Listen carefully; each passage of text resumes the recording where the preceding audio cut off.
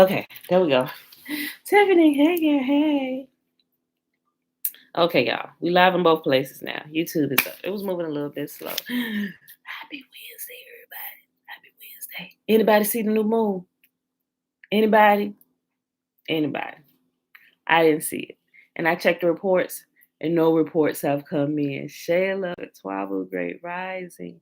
No reports have come in yet, right? Okay, so for those of you who have been using the World's Last Chance app, if you go in there, you will see that it says that is thank you, yeah, then you will see what I be talking about.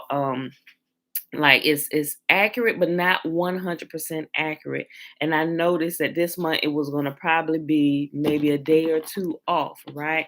And I know last time that I found that, I don't even think that they went and updated, but everything else has been like on point. So that's why I said this is one of the reasons why we absolutely have to watch. Nobody saw it, right? Okay, so we keep watching tonight. So hopefully we'll see it tonight. Aliyah, peace and blessings. So just wanted to say that early. So most likely she will show tonight, unless it's really cloudy where you live at. Then you gotta you gotta check the other sites where people are watching and posting. They listed the new moon as yesterday, but right, the apps did, but you will notice the apps that you looked at, they've been posted it. They didn't just post it. It's been posted for a while because of the data that was already put in. But for those who are watching, even over in Jerusalem, although they have it listed for Jerusalem to actually spot it on the 8th, they originally had it for us to spot it on the 7th and Jerusalem to spot it on the 8th. But we'll see. So because we haven't spotted it yet, Jerusalem probably won't spot it today. Well, when they spot it, it'll already be the 9th for them. So, but we should see it today. Somebody should see it today. Okay. Lord. No, we'll be here. It picks up the next week. So if you see it tonight, you won't be here tomorrow since it's a Sabbath. No, we will be here. It's not technically a Sabbath. Some people treat it that way, and although festivals are held, technically it's not, but some people kind of do, but we will be here. The Sabbath is hold on, David. Feast of Trumpets is a Sabbath? No.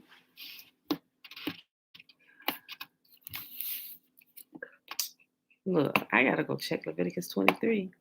I don't think hold on. Let me check myself. Auntie, shalom. Shalom. Hold on, y'all. Let me check. Hold on. Okay, it says no ordinary work. Hold on. I gotta check it again myself. Thank you for bringing it up. Okay, let's see. Festival of Trumpets. Yahuwah said to Moses, give the following instructions to the people of Israel. On the first day of the appointed month in early autumn, you are to observe. Oh, you're absolutely right. You're right. You are to observe a complete day of rest. It will be an official day for Holy Assembly, a day commemorated with loud blasts of a trumpet. You must do no ordinary work on that day. Instead, you are to present special gifts to Yahuwah. You're absolutely right. You're absolutely right. Like, how did I forget that? I'm glad you brought it up. So then you'll be right. So we won't be here tomorrow. If we spot it tonight, then we won't be here tomorrow because it will be a day of rest. Somebody else asked me that yesterday too. I was like, no, I'm thinking the Feast of Trumpets. You know what? I think by default last year we rested anyway because we were just going to rest. Sorry, y'all. If I told anybody that it was a regular day, oh my gosh, I'm glad you said that, Dana. Thank you. It is Feast of Trumpets. Yeah. See, but here, yeah. Look, hold on. Let's see. You got. Let me go back up. That's why I be having to go back. Don't let me be having to try and remember things. Hold on. We in Leviticus, all of them here. Hold on. Holy festivals, Passover.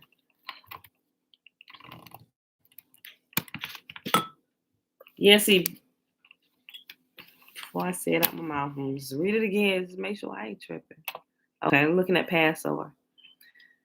Yahuwah's Passover begins at sundown on the 14th day of the first month. On the next day, the 15th day of the month, you must begin celebrating the festival of unleavened bread. This festival to Yahuwah continues for 7 days, and during that time, the bread you eat must be made without yeast. On the first day of the festival, all the people must stop their ordinary work and observe an official day for holy assembly. For 7 days, you must present special gifts to Yahuwah. On the seventh day, the people must again stop all their ordinary work and observe an official day for holy assembly, right? So it didn't say here that Passover is a Sabbath, but because it's a like an evening feast when it begins.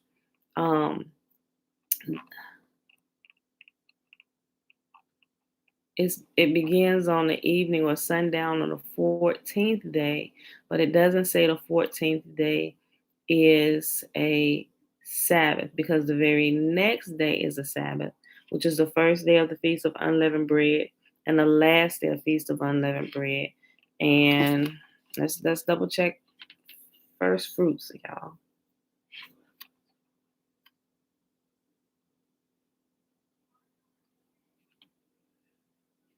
I'm going to just read it out loud. Then Yahuwah said to Moses, give the following instructions to the people of Israel. When you enter the land I'm giving you, and you harvest its first crops, bring the priest a bundle of grain from the first cutting of your grain harvest. On the day after the Sabbath, the priest, hold on. On the day after the Sabbath, the priest will lift it up before Yahuwah so it may be accepted on your behalf. On that same day, you must sacrifice a 1-year-old male lamb with no defects as a burnt offering. With it, you must present a grain offering consisting of 4 quarts of choice flour moistened with olive oil. It would be a special gift, a pleasing aroma to Yahuwah. You must also offer 1 quart of wine as a liquid offering. Do not eat any bread or roasted grain or fresh kernels on that day until you bring this offering to your God. This is a permanent law for you, and it must be observed from generation to generation wherever you live. Okay, so it doesn't say first fruits is a Sabbath, because I think it could be a Sabbath because it could fall on a Sabbath, the day of first fruits. It just depends on when you harvest your crops. Yeah, yeah, you're right. The fall feast days, you have like way more days off. Yeah. So the long feasts are always the first and the last day ending. The first day starting it and the last day ending it is always a Sabbath. Then you have the Day of Atonement, which is a few days after the Feast of Trumpets. So the Feast of Trumpets, the first day of the seventh month. Then you got the 10th day of the seventh month, which begins on the evening of the ninth. So that's 2 days. And then 5 days later, you got Sukkot beginning the first day. That's the third day. And then at the end of Sukkot, you got another day off. So that's 4 days that you need to take off within like that same week too. Well, it'll be within like a 2-week period that you have to take off, right? If you work for somebody else. If you work for yourself, you can just schedule your own self off. But yeah, so you're right, Dana. Feast of Trumpets is a Sabbath. Passover, it doesn't specify that it is the very next day, which would be the 15th day, because Passover is the 14th day. But some people do. Like I said, if they can create their schedule ahead of time, they will. Let's see. That's what I was asking, because I recall you saying all feasts were on Sabbaths. When yeah, like Day of Atonement is not on the Sabbath, like an official Sabbath day, but it is a Sabbath. You just gotta look at it and write it down. Like after you write it down and look at it, um, it should, because hold on. I got my I would have to look at it, but it's gonna kill Facebook if I do that. Yeah. I'm gonna have to look at it And then let's see what you got. Okay. Let's see. Sukkot has Sabbath. Bless your babe. Sukkot has Sabbath days, 2 on the 1st and the 8th. So you have 3 days off plus the regular Sabbath. That's a lot of days off. Wonder why that is. Why would y'all want us to be off so much during this time? To rest, you got to realize before Yahuwah's people were scattered, we weren't working for anybody else. We weren't living in their nation. So our entire nation observed this, and everybody was off. Nobody was gonna get fired because they ain't show up to work because nobody's places of business were open. Right? The entire nation observed this. Like it was just, oh well, we off, we get yay, we looking forward to the feast, the fall feast days, because we get extra days off to rest, right? So that's the way I look at it, you know. Um, but while we're living in another nation or another nation has come to rule us, and we work for them, you know, kind of different rules apply. They don't, but they do. If some people, if, some people just, this is just the reality of some people. Like you have to make a choice, especially if you work for somebody else, and the choice you make about being Yah may cause you to lose your job from an employer who doesn't observe Yahuwah's feast days, right? So those are the issues we run into, right? We got to prepare for, and we have to be well aware of it. Some people, they have bosses that are okay, well, whatever, just let me know ahead of time, schedule off, and take vacation days, you know. Weather is different, planning is different. Yeah, it is depend. Yeah, because you're in different places, right? And you're right. The weather is different, so sometimes um the first fruits fall on different days for different people wherever they at. Everybody's not harvesting their first fruits on the same day, right? You're definitely not harvesting your first fruits here in America on the day that Jerusalem is, right? Because their weather is a little more warm all year round, to whereas we got the colder seasons to deal with here, and sometimes, you know, here in Virginia, sometime when it's supposed to be warm, it might still be cold. You know, the frost may still be coming. All those different things we have to take into consideration. Which is why I don't know, but which is why I believe first fruits doesn't have a date attached to it. It just says first fruits. Yeah, best times to stay put. Yeah, so yeah, so we all still trying to figure this out together.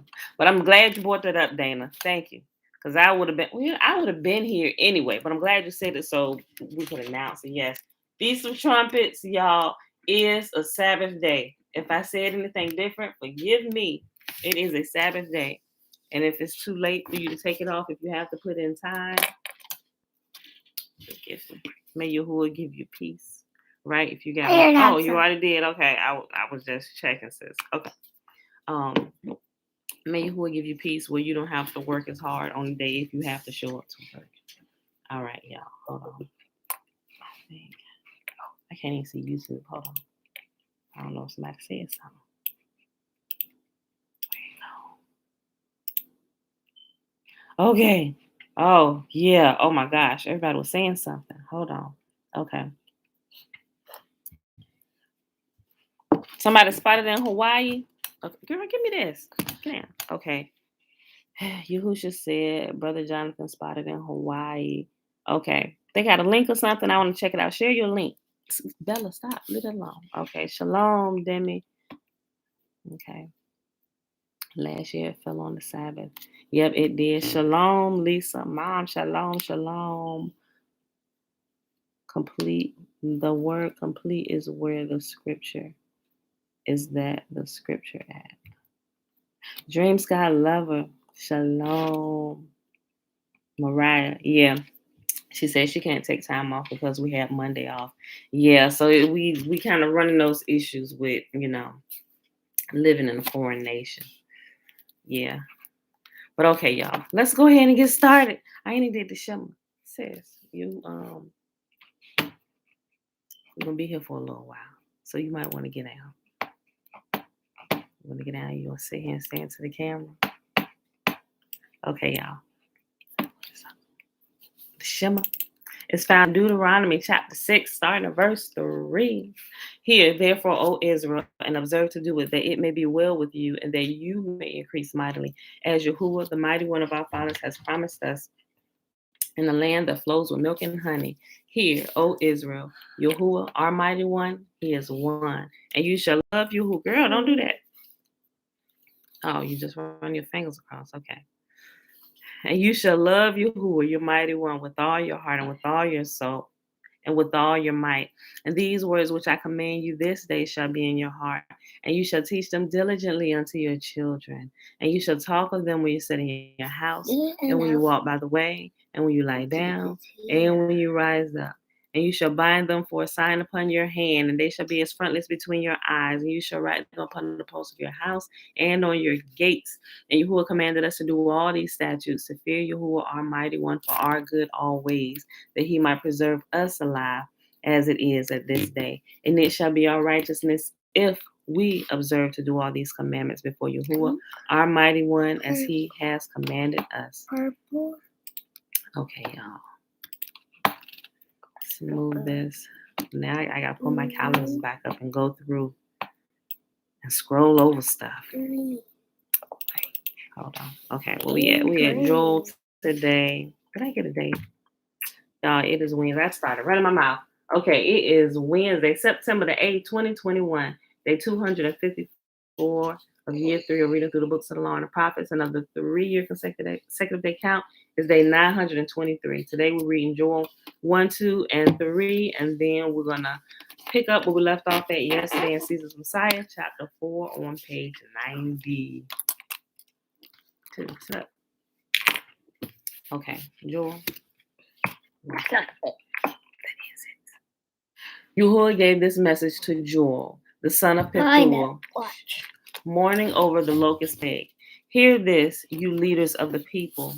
Listen, all who live in the land. In all your history, has anything like this happened before?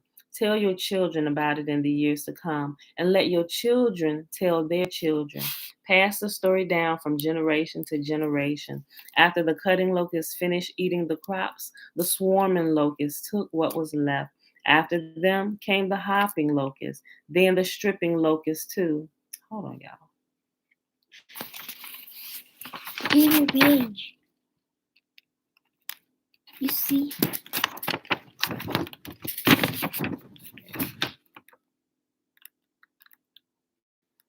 I knew I did something wrong.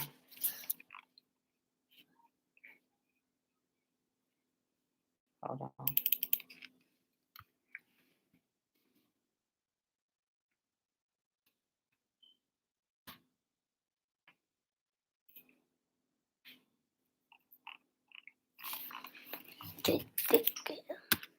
I knew I had already read that. Hold on, y'all. You gotta hop down. Why?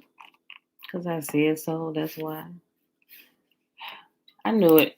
It wasn't Joel. I typed in Joel. It's Jonah, y'all. You read Jonah. Hold on. It's my dad's. Jonah. I knew I had already read that. Okay. Y'all ain't catch me. Y'all ain't catch me.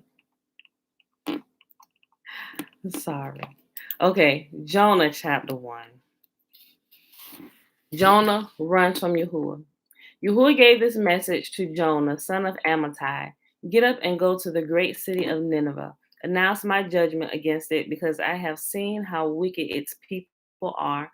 But Jonah got up and went in the opposite direction to get away from Yahuwah.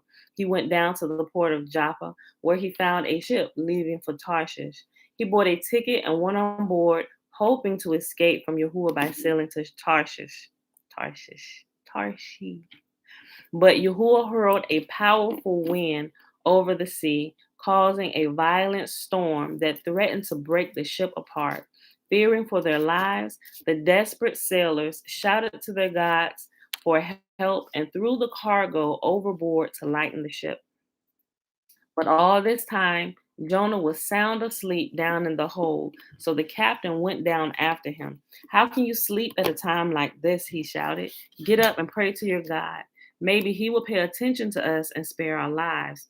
Then the crew cast lots to see which of them had offended the gods and caused a terrible storm. When they did this, the lots identified Jonah as the culprit. Why has this awful storm come down on us? They demanded. Who are you? What is your line of work? What country do you come from? What is your nationality? Jonah answered, I am a Hebrew, and I worship Yahuwah, the God of heaven, who made the sea and the land. The sailors were terrified when they heard this, for he had already told them he was running away from Yahuwah. Oh, why did you do it? They groaned.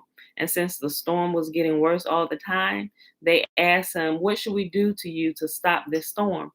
Throw me into the sea, Jonah said, and it will become calm again. I know that this terrible storm is all my fault. Instead, the sailors rowed even harder to get the ship to land, but the stormy sea was too violent for them. This is like the skin falling off. Okay, Tootie, quit drawing on yourself. I love it. Hold on. But the stormy sea was too violent for them, and they couldn't make it. Then they cried out to Yahuwah, Jonah's God. Oh Lord, they pleaded, don't make us die for this man's sins, and don't hold us responsible for his death. Oh Lord, you have sent this storm upon him for your own good reasons. Then the sailors picked Jonah up and threw him into the raging sea, and the storm stopped at once. The sailors were awestruck by Yahuwah's great power, and they offered him a sacrifice and vowed to serve him. Now Yahuwah had arranged for a great fish to swallow Jonah, and Jonah was inside the fish for 3 days and 3 nights. Jonah chapter 2. Then Jonah prayed to Yahuwah, his God, from inside the fish. He said, I cried out to Yahuwah in my great trouble, and he answered me. I called to you from the land of the dead, and Yahuwah, you heard me. Yes, Bella. When I do this, that means, wait a minute, okay? You may not have really known that what that meant, but yes. You be done. I can end this and this.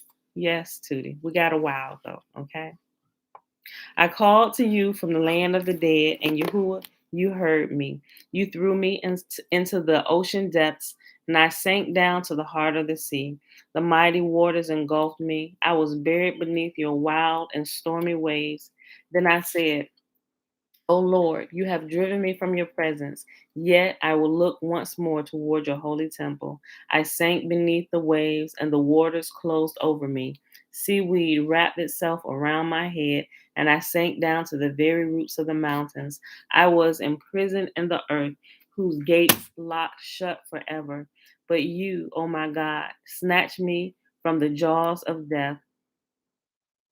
As my life was slipping away, I remembered Yahuwah, and my earnest prayer went out to you in your holy temple. Those who worship false gods turn their backs on all God's mercies, but I will offer sacrifices to you with songs of praise, and I will fulfill my vows, for my salvation comes from Yahuwah alone. Then Yahuwah ordered the fish to spit Jonah out onto the beach. All right, y'all, Jonah chapter 3. Jonah goes to Nineveh. Then Yahuwah spoke to Jonah a second time. Get up and go to the great city of Nineveh and deliver the message I have given you. This time, Jonah obeyed Yahuwah's command and went to Nineveh, a city so large that it took 3 days to see it all. On the day Jonah entered the city, he shouted to the crowds, 40 days from now, Nineveh will be destroyed. The people of Nineveh believed Yahuwah's message. And from the greatest to the least, they declared a fast and put on burlap to show their sorrow. When the king of Nineveh heard what Jonah was saying, he stepped down from his throne and took off his royal robes. He dressed himself in burlap and sat on a heap of ashes. Then the king and his nobles sent this decree throughout the city: no one, not even the animals from your herds and flocks, may eat or drink anything at all. People and animals alike must wear garments of mourning, and everyone must pray earnestly to God. They must turn from their evil ways and stop all their violence. Who can tell? Perhaps even yet Yahuwah would change his mind and hold back his fierce anger from destroying us. When Yahuwah saw what they had done and how they had put a stop to their evil ways, he changed his mind and did not carry out the destruction he had threatened. Let me see something. Let me read 4, because it's the last chapter of Jonah and it's only 10 verses. So last chapter for today, Jonah chapter 4. Jonah's anger at Yahuwah's mercy. This change of plans greatly upset Jonah and he became very angry. So he complained to Yahuwah about it. Didn't I say before I left home you would do this, y'all? That is why I ran away to Tarshish. I knew that you are a merciful and compassionate God, slow to get angry and filled with unfailing love. You are eager to turn back from destroying people. Just kill me now, Yah. I'd rather be dead than alive if what I predicted will not happen. Then Yahuwah replied, is it right for you to be angry about this? Now, let me say something. If you guys were here while we were reading Legends of the Jews, not Wars of the Jews, Legends of the Jews, it goes into more detail about the story of Jonah and why he was running, right? And it didn't have to do with him not wanting Yahuwah to show mercy to Nineveh and its people, right? But they were really hard on prophets. So if a prophet came to a place and they said something or they prophesied something and it didn't come to pass when they said it was going to, they found that prophet and they stoned that prophet to death for being a false prophet. Now, Yahuwah had indeed told Jonah to go to Nineveh to warn them, but he didn't want to prophesy to them and tell them what Yahuwah had said, i.e., Nineveh will be destroyed in 40 days. Nineveh will be overthrown in 40 days, right? And he said, "Look, I ain't going because I know you're forgiving, your love is everlasting, and it's unfailing. And I'm about to go tell these people that Nineveh is about to be overthrown. Then, if they repent, then I'm gonna look like a false prophet, and you're not gonna do what you said. And then they're gonna come look for me and gonna want to stone me to death." So if you read through that portion, thanks Trina. If you read through that portion, you will get the details, and this begins to make a little more sense on why Jonah went on a run. So if you get a chance, let me see. I'm not going to read it today, but I will put the reference so you can go read it, the online version of it. Hello, Jay. Okay. I'll put that in there. And you're gonna read the full account and the details, and it goes into all that detail about that. So it'll add to your learning. So Jonah didn't just wake up and decide I ain't gonna obey you y'all today. There was a whole principle thing that was going on behind the scenes, and he didn't want to be looked at like he was a false prophet because he knew Yahuwah was going to turn away from his wrath, right? Okay. And it also tells you who this king was, right? It tells you that this king was the same king from Egypt, right? Now, some versions, here's where it kind of haven't really connected it yet, because some places you read it says when the plagues and stuff happened with Egypt, and when the Egyptians were drowned, that Pharaoh was drowned in the sea with his men. But other places say that Pharaoh actually lived and Yahuwah actually transported him to a place far away from Egypt, right? And he was in another land. And this land, from I believe what was the Legends of the Jews. Don't quote me. I believe it was the Legends of the Jews in another place, and I'm gonna try and find it. Pharaoh, or it could have it. It was Legends of the Jews, or maybe it was Jasher. Hold on, let me check Jasher. And another place that I read. Okay, but it says that Yahuwah immediately transported him to another place, right? And Nineveh was that place. So, which is why the king here in Nineveh, you reading it, It seemed like when he first heard Jonah say, listen, this city is going to be overthrown in 40 days, it seemed like the king immediately said, oh, everybody stop eating. We fasting. Nobody let any food come to their mouth. It seemed like, okay, so if Nineveh was so bad, but the first time Jonah opened his mouth and said, look, this place is going to be overthrown in 40 days, like he really didn't have to repeat it for real. It seemed that the king's heart, the king who was the king of Nineveh at the time, it seemed that his heart was already pliable. So why would you even have to go in this manner to this particular place if they were going to repent, right? Like the first time Jonah said it, it made me begin to think. I'm like, man, this king didn't seem like a really harsh king. They just really seemed like they were ignorant. I'm like, oh, was doing it wrong. Oh my gosh. But what happened was this king already knew about Yah. He had already heard about his fame throughout the land and what he did for his people, right? Which is why for that period of time, and Nineveh was eventually destroyed, but not at that time, not during Jonah's day, right? They never saw it in Jonah's day, but they were eventually destroyed because after this particular generation that repented and they began doing what was right after they died out, it was another generation of people that came and they went back to some of that same foolishness and doing this time, and we'll see later on.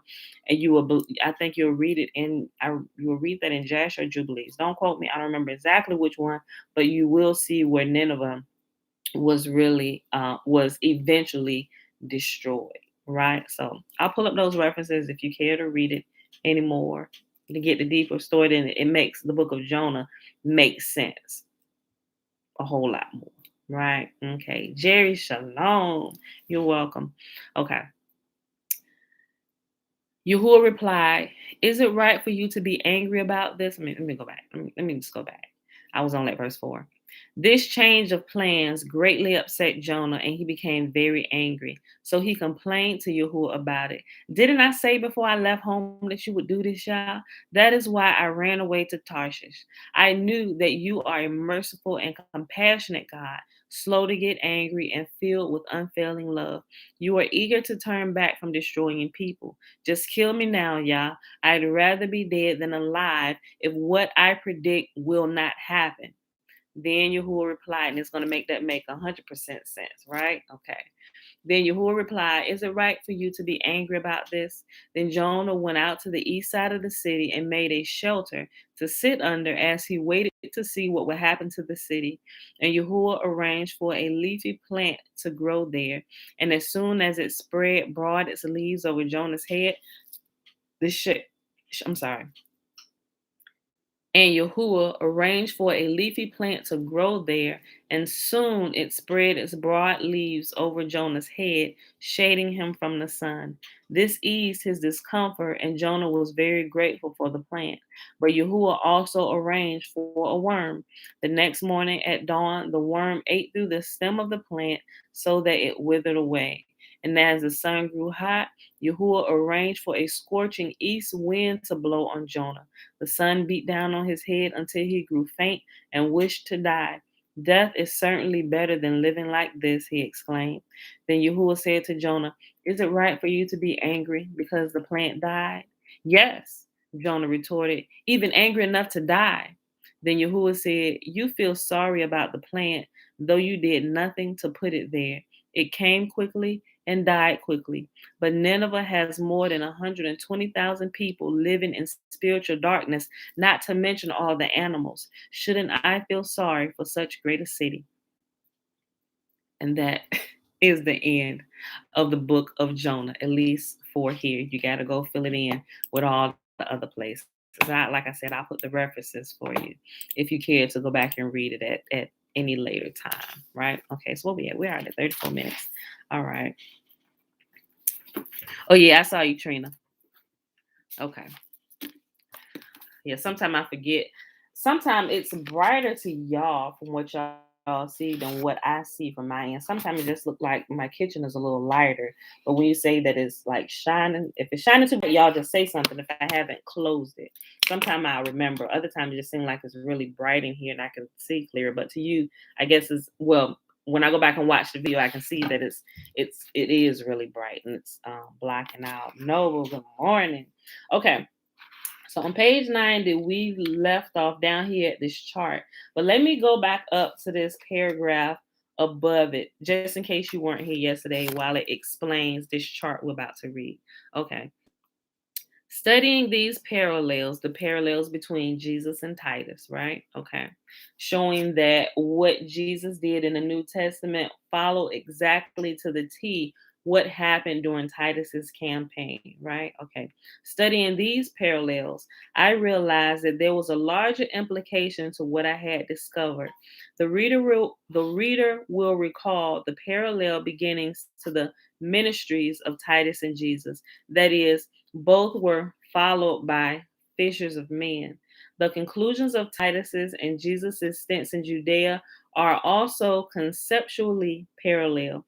When I looked at the relative placements of the Gadara and the son of Mary whose flesh was eaten and the three crucified, one survived parallels, I found that those two occurred in the same sequence.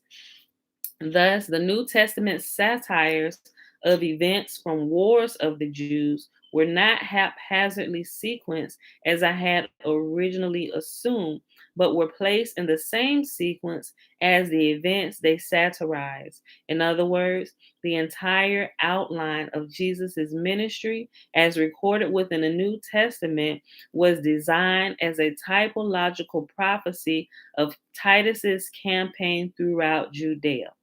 For clarification, I present the following table of the 5 conceptual parallels in sequence shown thus far. And you'll see, if you got the book, you will see a chart. So I'm going to read it, from left to right. On the left side is Jesus' ministry, and on the right side is Titus's campaign. Okay. First one, Jesus began ministry at Gennesaret and says, "Follow me and become fishers of men." Titus's campaign. Titus begins campaign at Gennesaret, where his soldiers follow him and fish for men. Y'all remember that story, right? How they even got into the water. The whole story about the pigs and everything in the New Testament, where they cast out the demon out of the legion and they went off the cliff and into the sea. But over in Titus's campaign, remember, Josephus were referring to the Hebrews or the Jews as demons and pigs, like all manner of filthy things. He referred to the Hebrews as demons. So when they talk about demoniacs and stuff like that, they're referring not necessarily to dark entities in another realm. They're actually referring to the Hebrew people. Okay. All right. So that was that. And when they fished for men, it was the men who, when they saw that they were going to be overpowered by Rome, the Hebrews, and when they saw that Rome was too much for them and they had already begun losing men, they chose to jump off the cliff instead of standing there to fight. They were going to slaughter them anyway. So they would rather die by the sea than die by the hands of Romans. So they themselves jumped en masse. They jumped off the cliff, and eventually they perished. They eventually drowned because they couldn't keep up their strength with the water and stuff down there. There was nothing really, it was literally out to sea. There was nothing down there. So they all end up perishing, right? And bodies were floating everywhere. But if you missed while we were explaining that, I believe that was day before, well, the last day, if you go back to the videos, day before yesterday, but it's a Sabbath in between there. So like one of the days on the weekend, Saturday or Sunday, I believe we read that. Check it out if you missed it. Or if you got the book, you just go back and read it. All right. Jesus' ministry. At Gadara, encounters a legion inside of one man that affects a group that runs violently, right? And it's talking about it here. Titus's campaign describes one head whose wickedness unleashes a legion of demons that infects another group that runs wildly, which is what I just explained, right? Swine in Jesus's campaign, swine run wildly and 2,000 drown. In Titus's campaign at Gadara, a prodigious number drown and 2,000 of the demons are taken prisoners. So the ones that didn't jump, of the Hebrews that actually drowned when they jumped off the cliff, the ones who didn't jump were captured, and some who were going to jump were captured before they jumped, and they were taken as prisoners. Okay. In Jesus' ministry at Jerusalem, the Son of Mary offers his flesh to be eaten. Eat my flesh and drink my blood, the whole communion thing, right? And Titus's campaign at Jerusalem describes a son of Mary whose flesh is eaten. If you missed that, there was a woman named Mary during Titus's campaign. When they was running Rashad, they was taking Jerusalem, where she actually, instead of giving up her child for the slaughter, she actually murdered her. Didn't say she murdered, but she had to eat him. Anyway, she killed her son and she cooked him, right? And then she presented, when the Romans came in to take them, she presented her son to them as a meal. And they say even the Romans were appalled. They had seen nothing of the sort ever done, right? It literally, it's how do you sicken a Roman? It sickened the Romans and they left out of there and left her alone. Like, sheesh, yo. Okay, let's see. Can we please ask you, is the King James Bible, which we only use over here, the correct Bible to read from? Thank you. Here's what I would say, right? Because well, that's me. I got a lot of different Bibles and a lot of different versions because I do a lot of different research. But if you want one that you can just stick to, I would say, okay, with saying that, if you understand that all the Bibles have leaven in them, and some of them will give a wrong interpretation due to the modernized language of it. If you know how to go back and double check, if you know how to go to the original language, or at least do the etymology, get a concordance, or if you know how to go back to find the original meaning, the original scripture, then I would say you can use any Bible you want because you know how to do that. And if you happen to come across an issue or something that you think is not quite lining up, you know how to get back to the original meaning. They all have their flaws. And I wouldn't say, some people may argue with me. I personally wouldn't say the King James Bible is the best version. That's my opinion.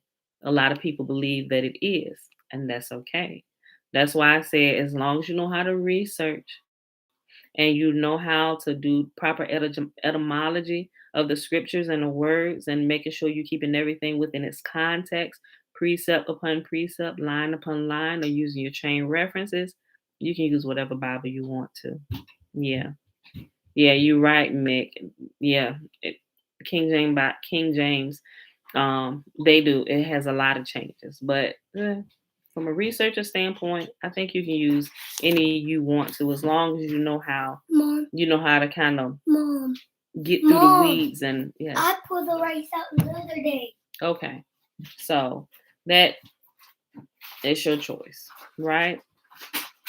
Everybody grows differently. Everybody's level of understanding and comprehension is a little bit different. When I first started reading the Bible, I couldn't get through the King James Version.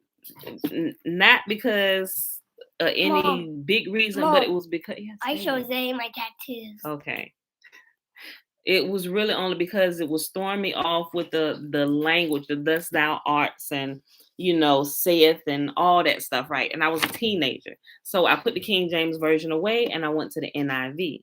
Now, for a few years, I used the NIV, but I found that the more I read it, the more I kind of got familiar with some of the verses. So I actually kind of started going back to the King James Version. And when I did, I don't know, my understanding, just maybe my maturity level had matured to a place where the thus thou arts didn't really frustrate me anymore, and I was okay with it. But for a period of time, I did put away the King James, and at that time, I wasn't like studying like I study and research now. Like I was literally just a kid, 19 years old, just picking it up, reading. I can't, whatever. Give me another Bible that speaks my lingo today. And that's okay if you have to do that until you grow a little bit. Not saying that you're not grown, but you get what I'm saying. Whichever one is, like I said, as long as you don't have to be a deep researcher, as long as you know how to just check some basic stuff, you can. I would say that's what I would say.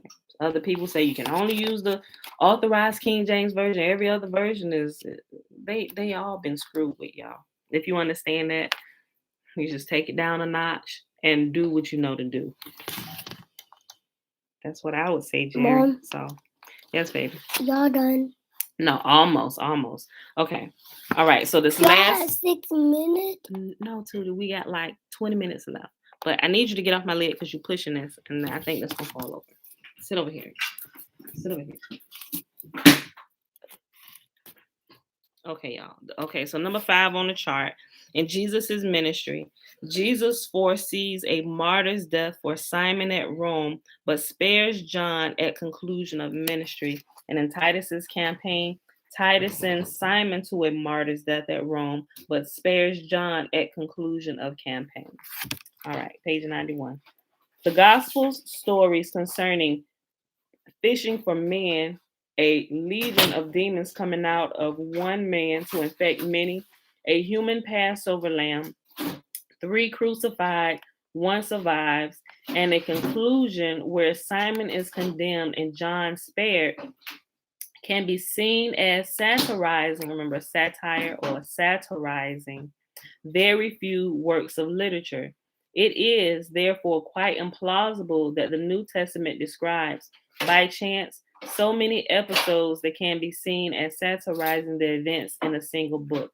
While it is possible to argue that each New Testament episode that appears to satirize an event in Wars of the Jews does so accidentally, if that were the case, these accidents would occur in a random sequence and at random locations. It was not required that Jesus use the expression fishers of men while standing on the beach at Gennesaret any more than it was required that he met a demoniac at Gadara.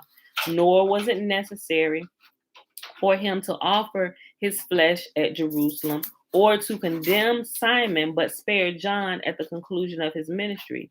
The fact that these 5 events occur in the New Testament in the same sequence as their parallel events in the Wars of the Jews strongly supports the contention that one work was created with the other in mind. Therefore, the parallel sequences, concepts, and locations make the author's intent clear in the same way that they showed the first Savior of Israel, Moses, to have been the type for Jesus, the second Savior of Israel through their parallel infancy experiences. They also prove that Titus is the last and greatest Savior because Jesus' ministry is the type for Titus's campaign through Judea. Finally, the parallel sequences of Jesus and Titus's ministries must be considered in the context of their historical overlaps. As I noted above, Jesus predicted that a Son of God would come to Judea before the generation that crucified him had passed away, then encircle Jerusalem with a wall and destroy the temple. Titus is the only individual in history who can be seen as having fulfilled these prophecies. Such a combination of historical singularities could not occur by chance. So remember, this had already happened in Judea with Titus. So when they created the New Testament, because these things had already happened, Josiah Shalom, because these things had already happened while the New Testament was being written, they took those events that had happened in Titus's campaign and they worked them into the New Testament and used what Jesus said in his life to identify these things that had already happened. So there were no prophecies, right? What he said out of his mouth, none of that was a prophecy at all. They were playing off of what had happened during Titus's campaign.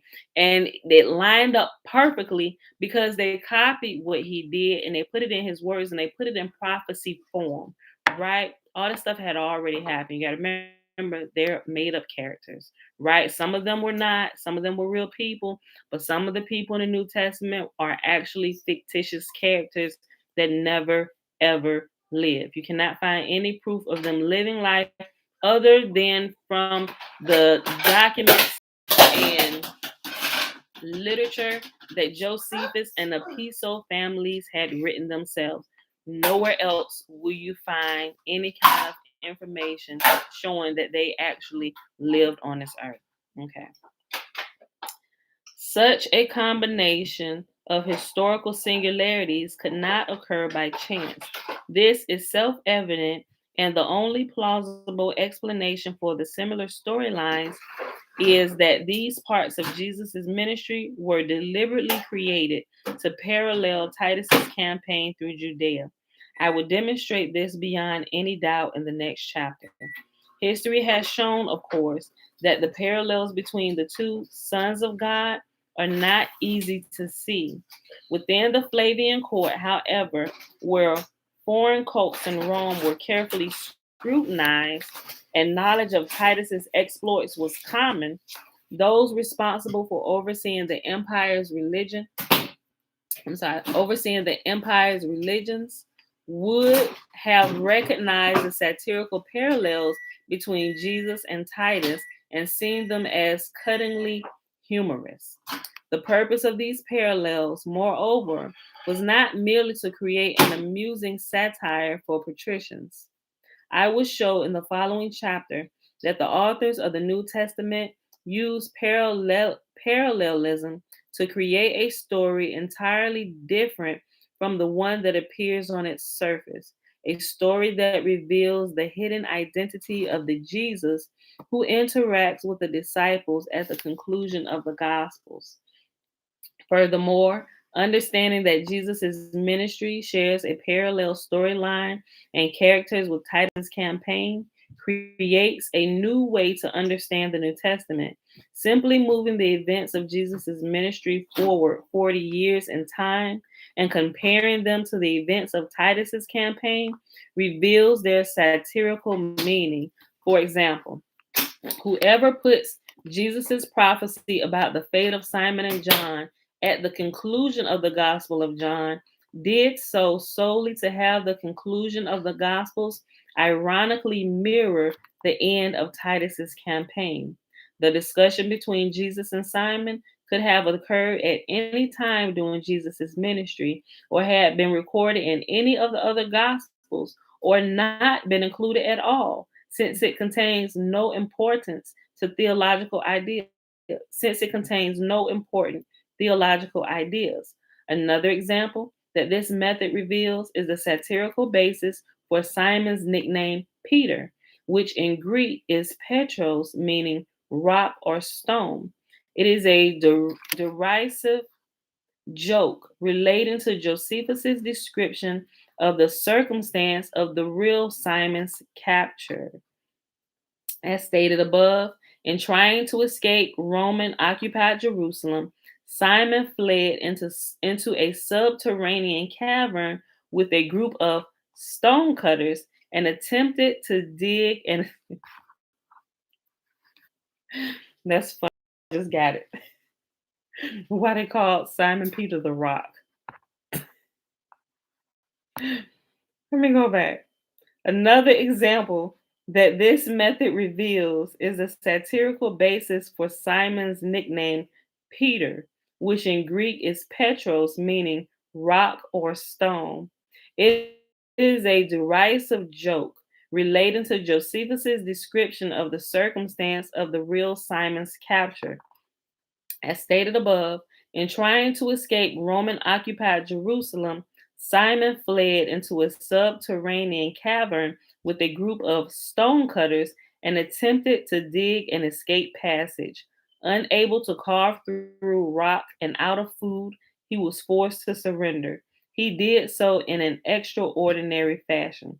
Josephus writes, quote, Simon, thinking he might be able to astonish and elude the Romans, put on a white frock and buttoned upon himself a purple cloak and appeared out of the ground in the place where the temple had formerly been, end quote. And that's reference 81. You can find out exactly where that is in the Wars of the Jews back here in the index. The humor is dark and subtle. The ironic logic of the New Testament's Simon's nickname Stone satirizes Josephus's depiction of Simon being captured with a group of stone cutters who, of course, cut stone. As he came out of the ground in the place where the temple had formerly been, he was therefore the first stone upon which the new temple Christianity was to be built. Once again, though Jesus appears to have spoken metaphorically when he tells Simon that he is the stone upon which he will build a new church that will take place, that will replace Judaism, Josephus records an event showing another sardonic meaning to Jesus' words. Quote, and I declare to you that you are Peter, and upon this stone I will build my church. End quote. And that's found in Matthew chapter 16, verse 18. The depiction of Simon coming out of a cavern that is a tomb and contains a group of stonecutters also provides satirical confirmation of the premise that Simon the apostle and the demoniac of Gadara were both lampoons of Simon, the leader of the Jewish rebellion. This is because the wry humor regarding stonecutters creates a parallel between the demoniac of Gadara, who was cutting himself with stones, and the rebel leader Simon. And since the passages are parallel, the unnamed character in one would have the same name as his name type in the other. In this case, Simon is the name of the in this case, Simon is the name of one of the demoniacs of Gadara. Understanding this simple point of logic enables a reader to learn the names of many of the unnamed characters in the New Testament and Wars of the Jews and the real identity of Jesus. So they doing a play on words. You know how somebody can talk about somebody without saying that person's name, but because everybody is familiar with the sequence and the life of this unnamed person, everybody knows who this unnamed person is, although this unnamed person isn't described by their name. This is what's going on. Everybody was familiar with what happened. Well, at least those in Rome. Rome understood this. So the New Testament, when they made it, it was a complete spoof of Titus's campaign. Y'all know how it was lit. The New Testament is like the Saturday Night Live of the era during Titus's campaign. This is exactly what it was. You know how Saturday Night Live spoofs everything, the presidency, things that happen all across the world. But because we know, like, they can use different names. They don't have to give the names of the people. Matter of fact, it might be slander if they use the names of the people. And sometimes they do. They may have a little bit of leeway, right? Because they know everybody here in America and pretty much all across the world now knows that Saturday is the same thing that was happening with the New Testament during that time. Everybody knows Saturday Night Live. Sometimes we just hear the name Saturday Night Live. It invokes you to laugh because we know that it's a satirical TV, sitcom, show, series, whatever you want to call it, of this world's real life serious events, right?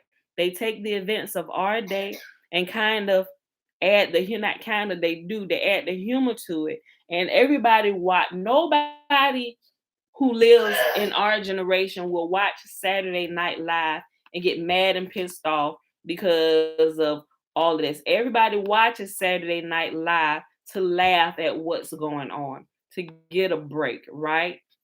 Or some people watch it just to see them make fun of other people. But nobody takes Saturday Night Live seriously because we know it is a parody of real life events. That's exactly what the New Testament is. It's a parody of real life events that happened during Titus's campaign. And everybody alive during Titus's campaign understood that. But when that generation died out for some reason, they got split up because the New Testament was read alongside with Wars of the Jews. Like they knew it, right? If you want to get a good laugh, copy the New Testament, right? Because it followed. And that's what he's explaining. It's following the same sequence of events from the beginning all the way to the end. He said, this is, if it wasn't satirical, and with all the other proof and stuff that we're going to show and that we're still going to get into, it wouldn't follow the same exact storyline to the T, even giving you some of the same name, but some of the names they don't give you, but they tell you about the events surrounding this person's life. So those that are familiar with this real person understand, oh, they talking about John. They ain't say his name. Wait, Tootie. But they talking about, yes, Bella. Yes, wait a minute, sis. We talk about this every day. You know we're gonna start. Hold on, wait. They know this is John. Everybody familiar with these events that John did and all this stuff. Although they didn't say his name, we know you're talking about John, right? You got certain relatives where you ain't got to say their name. You can just mention an event that involves them. And if everybody in that room with family was present when it happened, everybody know exactly who you're talking about. We don't need to say their name. Everybody know who we talking about, right? Same exact thing. That's what he's trying. Oh my gosh. Hold on, y'all. Give me 1 second. Hold on. I gotta text my husband. He just sent me a message.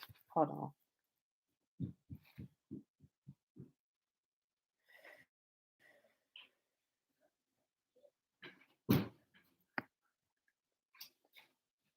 You done?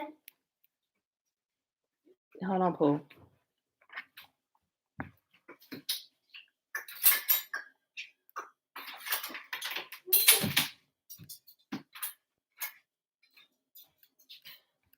Ain't nobody heard of that, y'all. He just got something for this project. Hold on, I'm sorry. We almost done anyway. Okay. It didn't pause Facebook because it's. Hold on.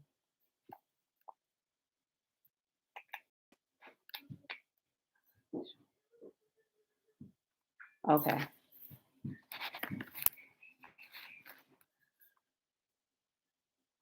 Yeah.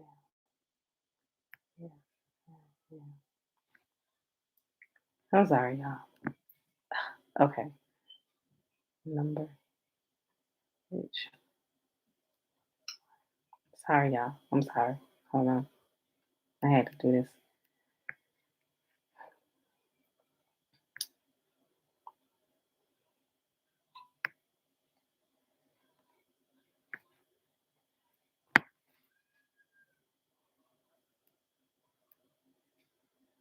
Okay.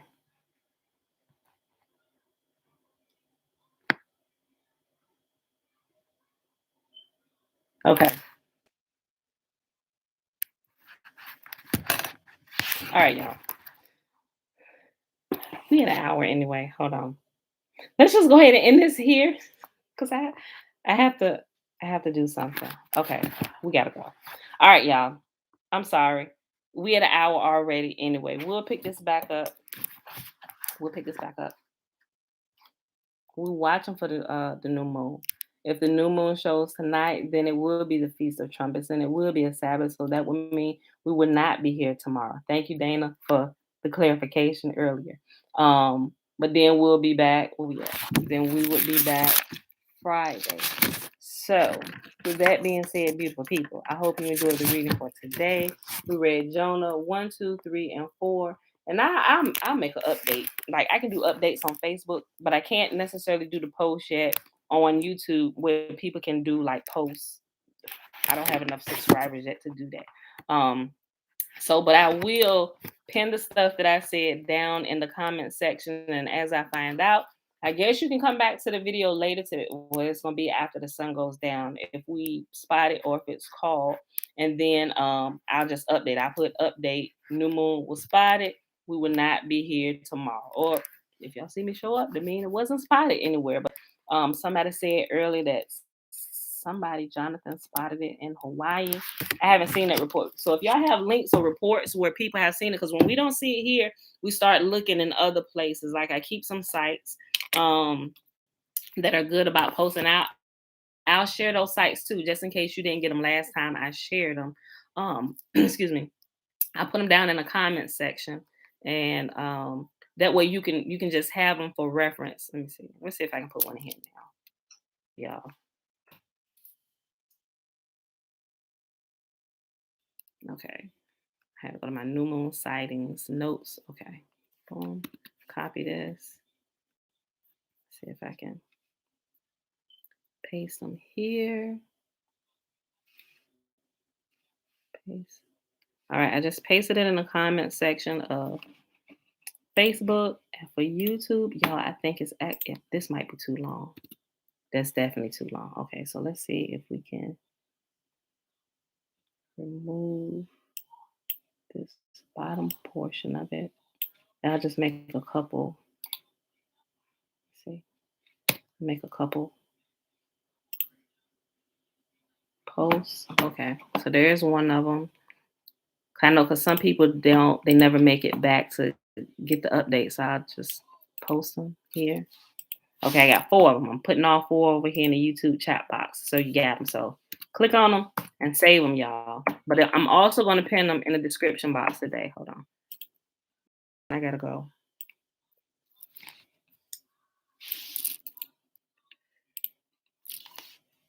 So we're gonna be looking, y'all. We all learning together. It's great to have people actively watching and doing some of the stuff. We can chat about it. We can share our resources and what we found out. Okay.